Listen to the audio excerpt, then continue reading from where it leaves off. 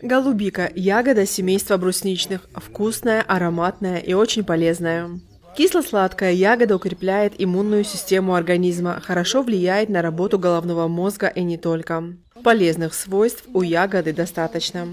В Абхазии голубику выращивать стали не так давно, буквально несколько лет. Одними из первых, кто начал заниматься выращиванием голубики, стала семья Джонджуа, проживающая в селе Абаакыт Галского района.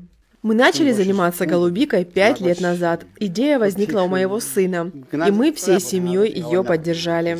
Саженцы закупили за границей. На сегодняшний день у нас растет 2000 корней голубики. Все необходимое мы закупили сами на наши средства, никто нам не помогал.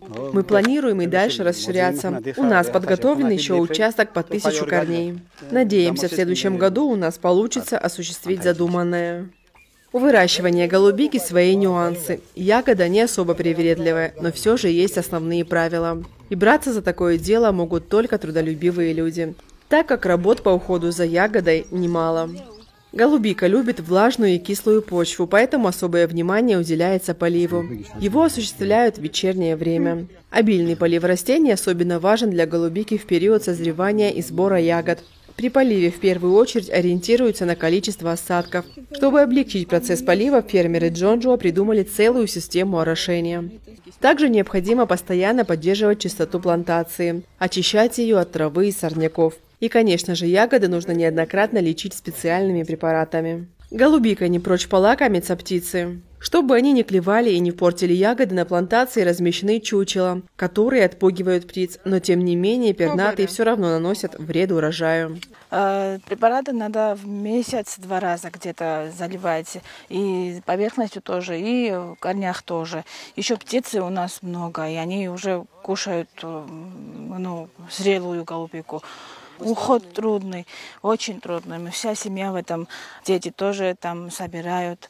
Она все переживает, холод тоже до минус 10 градусов, в холоде тоже. Солнце само собой еще лучше для нее, более хорошо растет. Как часто вы поливаете? Поливаем каждый вечер. Если нет дождя, то каждый вечер обязательно. Там еще у нас есть земля, и еще собираем, чтобы расширяться, конечно, да. Все это мы своими силами приобрели, все, что нужно было. Вот там шланги, бак, брезенты, и сами саженцы тоже сами привезли. И сейчас тоже сами собираем своими силами расширяться. И, надеюсь, будет лучше и не будет трудно. Вы продаете саженцы или только ягоды? Может, за саженцами тоже к вам обращаются? Нет, саженцы мы не продаем пока что на этом этапе. Они выведены специально, и у нас нет таких возможностей, что сами приобрести. Очень дорого нам обходится лечение, его надо проводить 10 раз в год. Плоды голубики очень полезные, ее нередко применяют в лечебных целях. Да и сами ягоды очень вкусные, любителей голубики немало. Кто-то предпочитает ее в свежем виде, кто-то делает из нее варенье и компоты. Фермеры вручную собирают плоды голубики, так как при механическом сборе могут попадаться неспелые ягоды и листва. Сбор происходит после высыхания росы под палящим солнцем. Делается это бережно, чтобы сохранить товарный вид и качество ягод. Сбор урожая продолжается около 1,5 месяца, с июня до середины июля. В нем принимает участие вся семья, включая и самых маленьких. В день собирается примерно 80 килограмм, а за все время в общей сложности около тонны. Немаловажный вопрос – реализация урожая. Конечно же, полезная ягода пользуется спросом, хоть и стоит она недешево. На ранних этапах за голубику давали 800-900 рублей за килограмм. На сегодняшний день цена варьируется от 400 до 500 рублей. Клиентов, как признаются фермеры, у них достаточно. Обращаются из многих сел и городов. А в случае, если закупают большое количество голубики, то работает и доставка. Вот как начинается ваш день? Во сколько вы приходите собирать голубику?